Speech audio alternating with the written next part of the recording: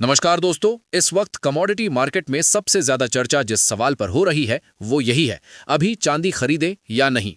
वजह साफ है, मल्टी कमोडिटी एक्सचेंज यानी एमसीएक्स पर चांदी की कीमतों में जबरदस्त गिरावट देखने को मिली है। अपने रिकॉर्ड हाई से चांदी करीब 8.87% तक टूट चुकी है और इस गिरावट ने निवेशकों के मन में कंफ्यूजन पैदा कर दिया है।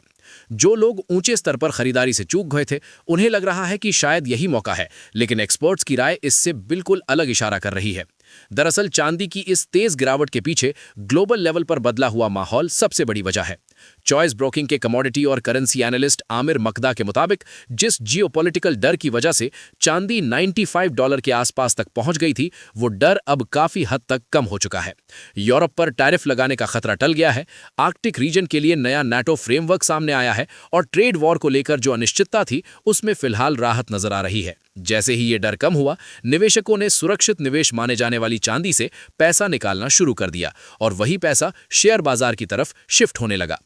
अगर तकनीकी संकेतों की बात करें तो तस्वीर और भी ज्यादा सतर्क रहने की सलाह देती है। एमसीएक्स पर चांदी का मार्च कॉन्ट्रैक्ट 3,05,753 रुपए के निचले स्तर तक फिसल चुका है।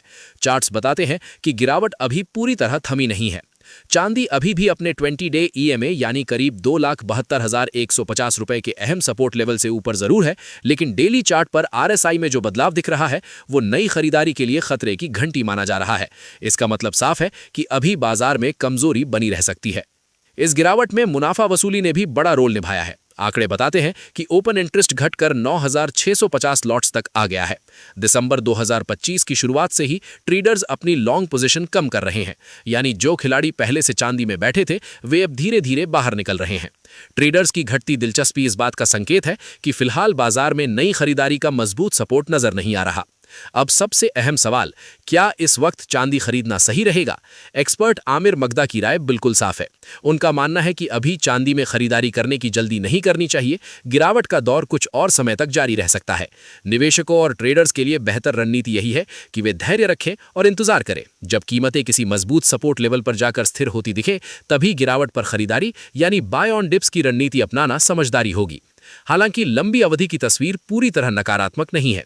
Artificial intelligence, green energy, solar panels और इलेक्ट्रिक व्हीकल्स जैसी टेक्नोलॉजी में चांदी की डिमांड आने वाले सालों में मजबूत बनी रहने वाली है।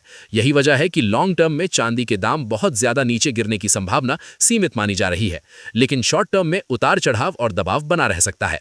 तो कुल मिलाकर संदेश बिल्कुल साफ है, अभी चांदी में एंट्री लेने से पहले थोड़ा इंतजार करना ज्यादा समझदारी होगी। बाजार को शांत होने दे, सपोर्ट लेवल कंफर्म होने दे और फिर सोच समझकर कदम उठाएं। आपका क्या मानना है? क्या आप इस गिरावट में चांदी खरीदने के मूड में हैं या अभी इंतजार करेंगे? अपनी राय कमेंट में जरूर बताइए और ऐसी ही तेज, सटीक और काम की मार्केट एनालिसिस के लिए चैनल को सब्सक्राइब कीजिए, वीडियो को लाइक कीजिए और शेयर करना बिल्कुल ना भूलें।